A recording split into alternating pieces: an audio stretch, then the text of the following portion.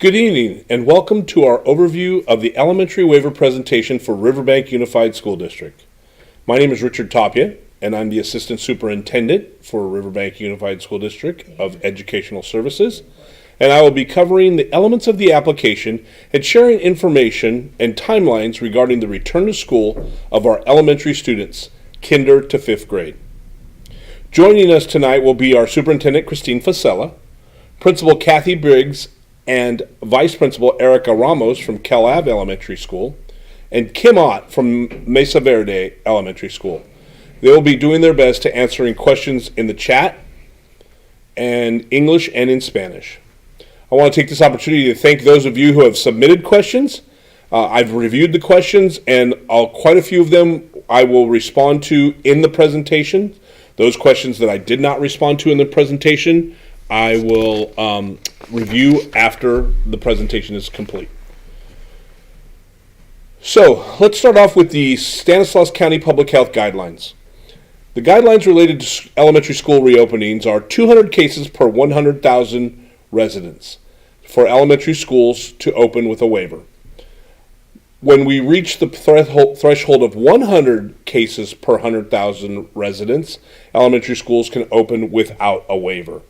Presently, Stanislaus County is purple, which defines a widespread level of cases. However, we have reached the threshold to apply for the waiver, which is less than 200 cases per 100,000 residents.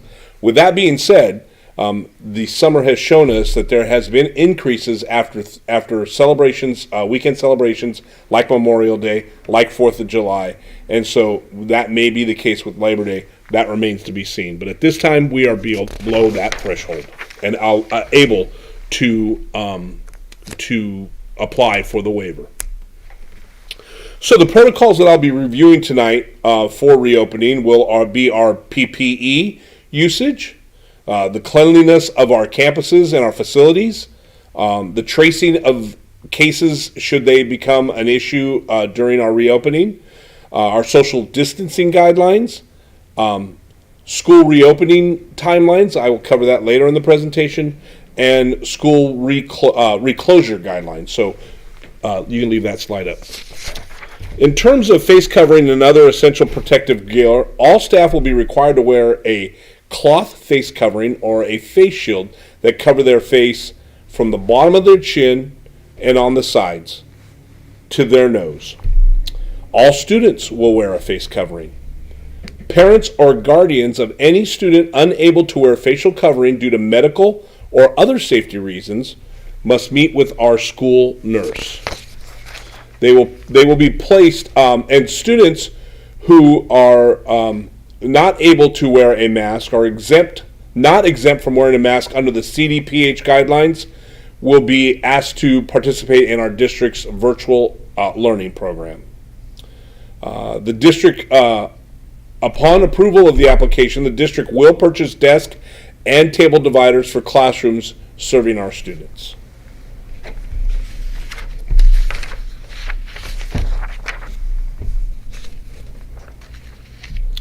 In terms of cleanliness, the district has purchased disinfectant spray systems to use in each classroom daily when students are not present. We've replaced all of the air filters on our HVAC systems throughout the district. We've provided additional hand sanitizer dispensers in classrooms without sinks. We've provided soap and towels for each classroom with a sink. We've purchased hand sanitizer pumps for all classrooms. We've purchased reusable and disposable masks for students and staff. We've purchased and distributed disinfectant wipes for each classroom. When we come back on the waiver protocol, students will not share desk, as we will set them up for each student on a Monday, Thursday, or a Tuesday, Friday schedule, and each will have their own desk while maintaining 6 feet social distance. We've also purchased touchless thermometers for use at each school site and the district office, and each school site has designated a sick room to isolate students that may be symptomatic. Staff will be cleaning and disinfecting frequently touched surfaces at school on a regular basis and as practicable. We will limit the use of sharing of objects and equipment, and when feasible, provide each student with their own personal supplies. Students will bring their assigned Chromebook with them to school. So it's important that students maintain their Chromebooks, as they will be using them on a daily basis at school when they're present at school, and at home while they're on the hybrid model. Classrooms will develop routines that ensure minimizing of shared mixed items, and classroom routines will address transitions in and out of the classroom. In terms of guidelines for tracing, school has designated staff persons to support contact tracing. Each school will designate a person to contact the local health department about COVID-19 cases. Confirmed staff cases will be referred to the Human Resources Department. Confirmed student cases will be referred to the district nurse. Our principals will assist and be responsible for keeping track of cohorts and any mixing of groups. If there is a confirmed case, we will conduct contract tracing with support from the Stanislaus County Office of Education, and quarantine students and staff who have been in close and direct contact with the person who has tested positive. In regards to social distancing guidelines, all classrooms have been cleared of personal and unnecessary items. Desks will be set up to provide maximum space between students, which will be 6 feet during the hybrid model of instruction. Protected desk shields have been ordered to provide additional precautions as needed. Hallways and walkways will be marked with arrows for in and out procedures, and the cafeteria at each site will be marked as well for entrance and exit with socially distanced markers. As I shared with you, I'll review the timelines on a later slide. Should things happen or triggers that switch us back to distancing, schools may be closed depending on the rate of infection in a school or district. All of this will happen in consultation with the county public health department. If there is an exposure in a classroom, the classroom will be quarantined for 14 days and moved back to distance learning for that time. If 5% of the total school population is positive, the entire school could be closed for in-person learning for 14 days, depending on the size and physical layout of the school. So a lot of these cases and a lot of these scenarios will be on a case-by-case situation. A superintendent may close the district if 25% or more of the schools in the district are closed due to COVID within 14 days. Schools would typically open after the 14-day period.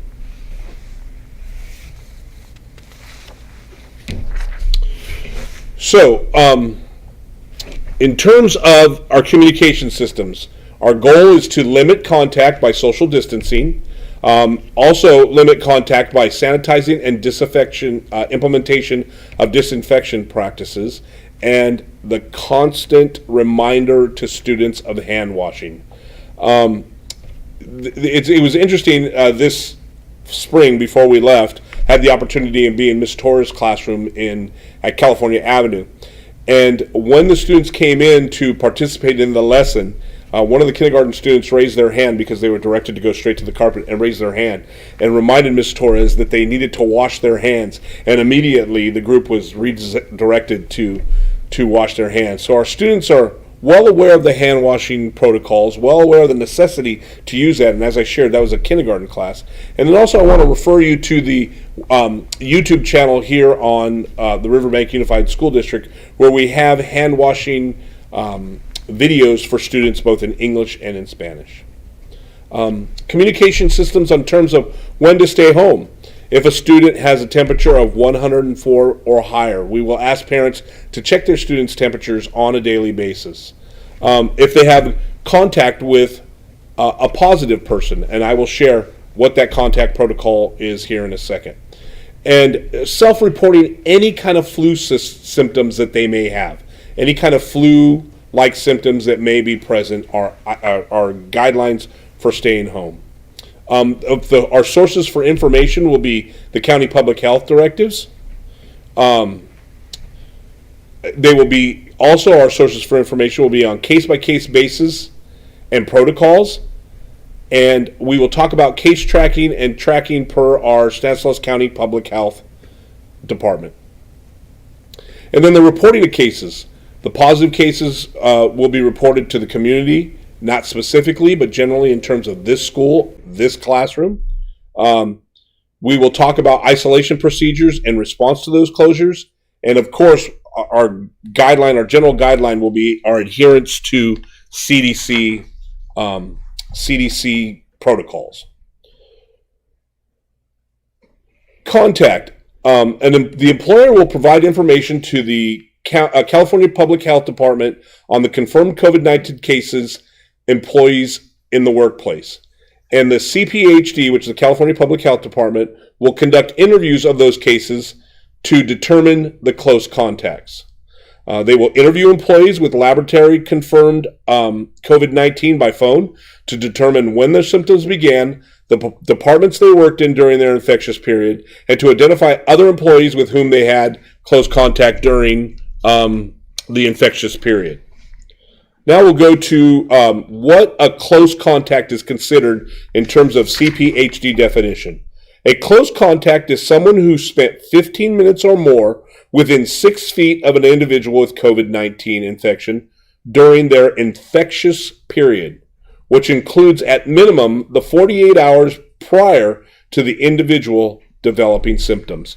So there are some pretty delineated and designated guidelines and protocols definitions shared with us by the California Public Health Department.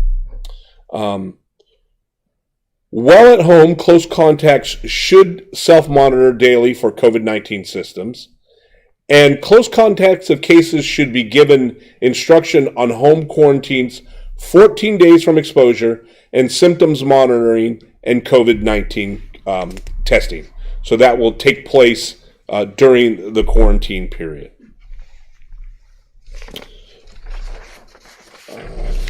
We already reviewed the guidelines related to case tracking. So let's move on to the waiver timeline. The process can take anywhere between 40 and 60 days. Unless the county public health closes the schools down because of a significant increase in county COVID cases, we will remain at level of implementation. In collaboration with our employee associations, will be part of the district's preparation timeline for 30 days. So we will submit the county the waiver to the county. They will take approximately 7 days for approval.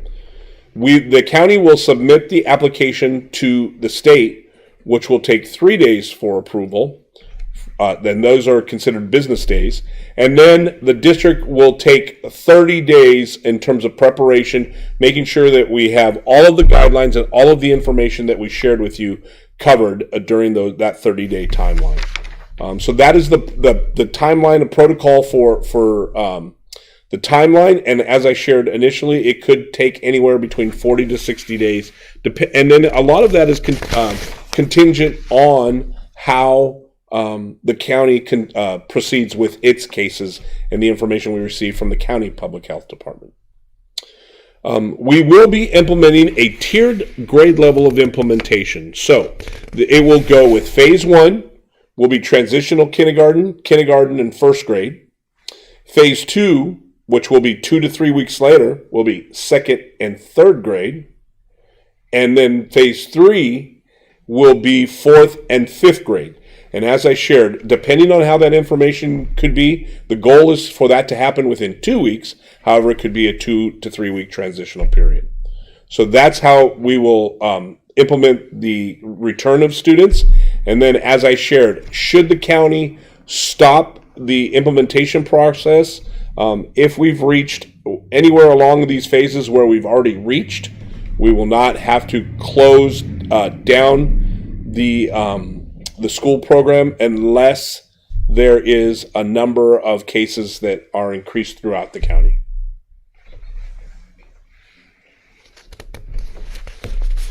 All right, let's talk about some of the questions that were presented that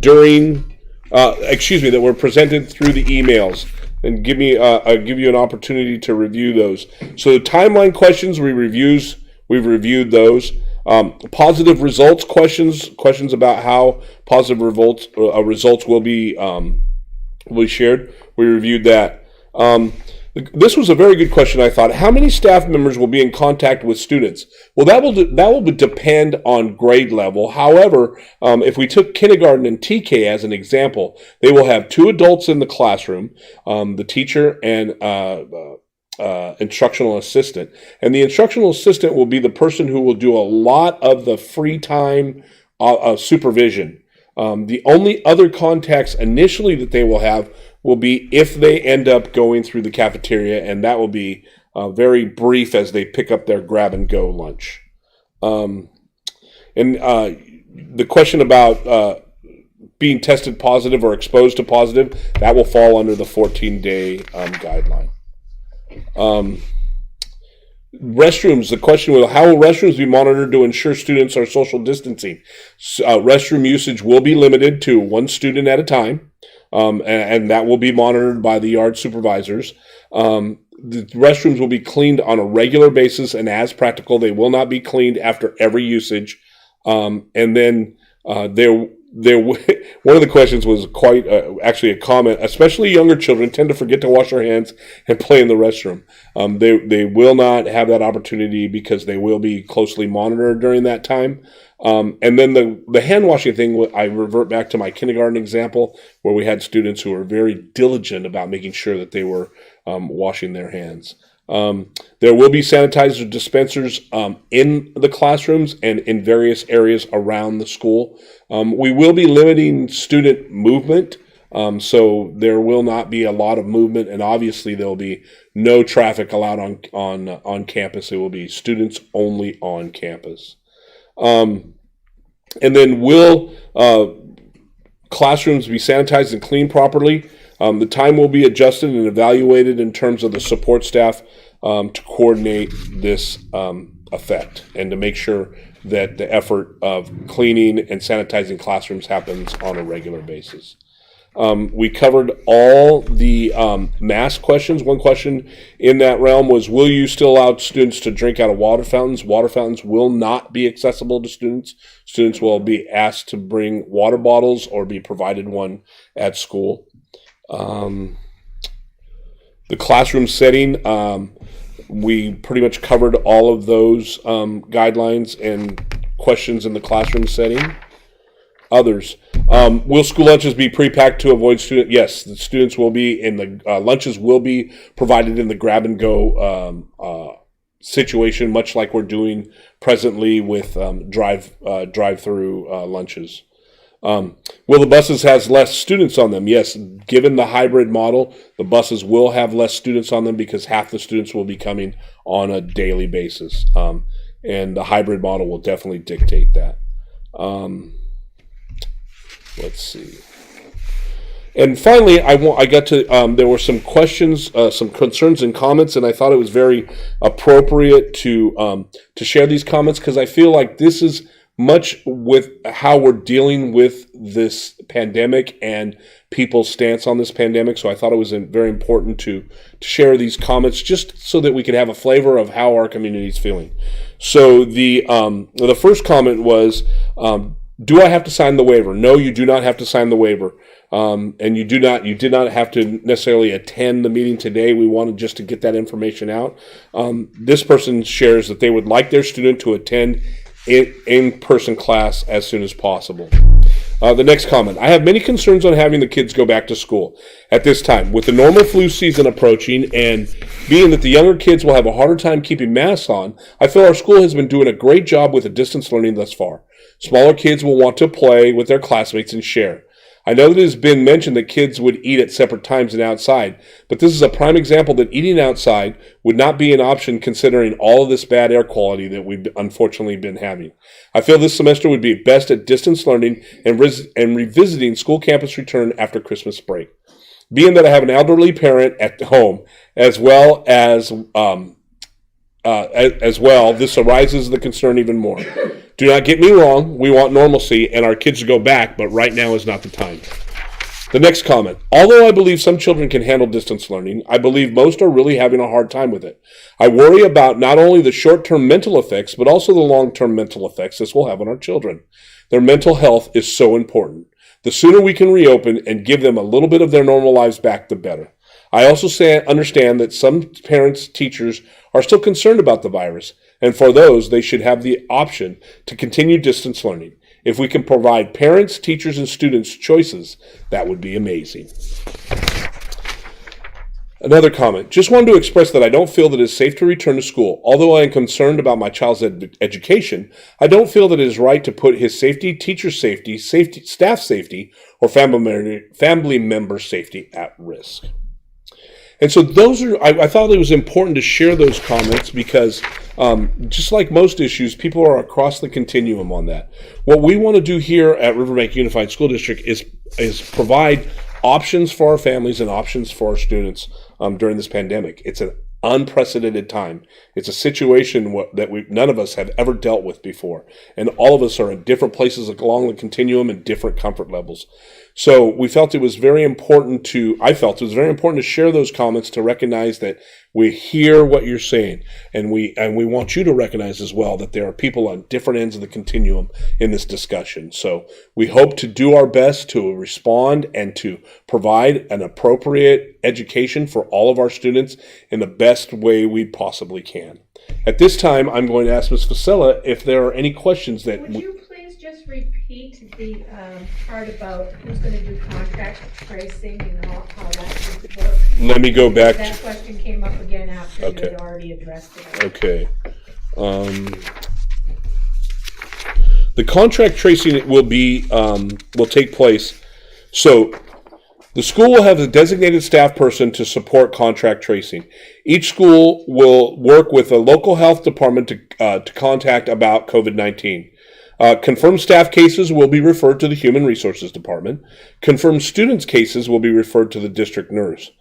The principal will be responsible and help in the keeping of track of cohorts and any mixing of groups. If there is a confirmed case, we will conduct contact tracing with support from Stanislaus County Office of Education and quarantine staff and our students who have been in close and direct contact with a person who may have tested positive.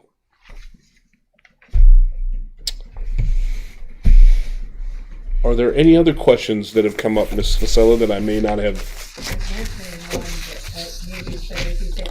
So let's be clear that if we open, we don't go back and forth. We stay open, and we only. So as I shared with you previously, in terms of our waiver timeline, our waiver timeline and our implementation protocol. As we continue through the phases of implementation, should we get to phase 2, for example, which would include TKK first and second and third graders, and the county numbers increase, we stop implementation at that time and do not proceed forward, but we do not regress. The students who have reached that level, who have reached the school site and have been participating in the hybrid model will continue to participate at that level. However, the county health department, if the county as a whole increases numbers, it wouldn't be an individual situation where schools would be closed. It could be another county-wide situation, and that will be determined by our Stanislaus Public Health Department. So once we get to a level of implementation, we will not have to stop. We will not have to stop with the students who are already here. We may have to stop in the progression. However, those students who are attending will continue to attend, and students who, and the only way that can be rescinded is if the county as a whole implements a full school closure throughout the county. Are children allowed mask breaks, and when? That's a great question. Mass breaks will happen probably during their outdoor time, and it will be on a case-by-case situation. Definitely with social distancing. Definitely, as we've shared with you, the guidelines for being outside kind of limit the implementation of masks, but it will definitely be with social distancing, and it will, as we progress through the continuum, it will be shared very specifically on a school-by-school basis.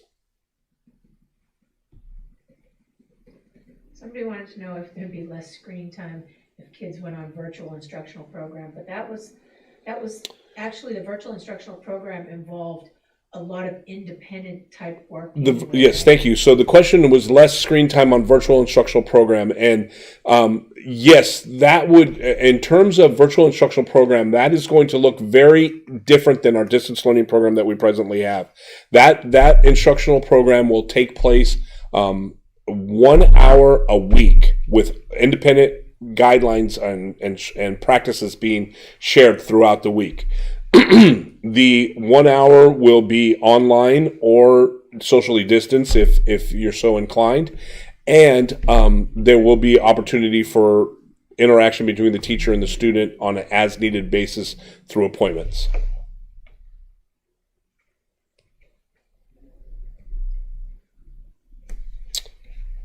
I don't see any other new questions at this point. At this time, I want to take the opportunity to thank you for your time and thank you for joining us. Do not hesitate to reach out with emails to either your school site leadership or the leadership here at the district office. We will keep you posted in terms as we progress through the timeline, when the application is submitted, when we get a response from the state and the county, and as we progress through our 30-day preparation window.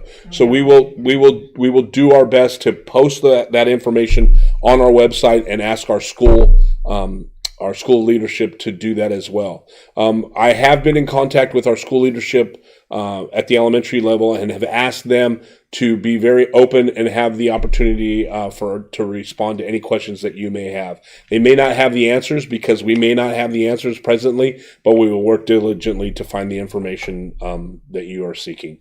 So again, thank you very much for your time, for the evening, and Ms. Fasella, unless there are any other questions. Somebody asked about, I think they asked about families, and I said families would be assigned the same days for instruction. Thank you. Those are conversations that we've already had in terms of keeping families together on days of instruction. So if you have a cohort of 3 kids, we will work to make sure that they come on the same day. However, remembering that students will start in our phased TKK1 2 to 3 weeks later, second, third, 2 to 3 weeks later, fourth, fifth. So, yes, we will. Those will be considerations as we move through the continuums, that we keep families on the same day. Hang on, I'm in the middle of answering. All right, thank you very much for your time. Have a great evening, and we look forward to progressing through this together as a community, collaboratively and communicatively. Have a great night.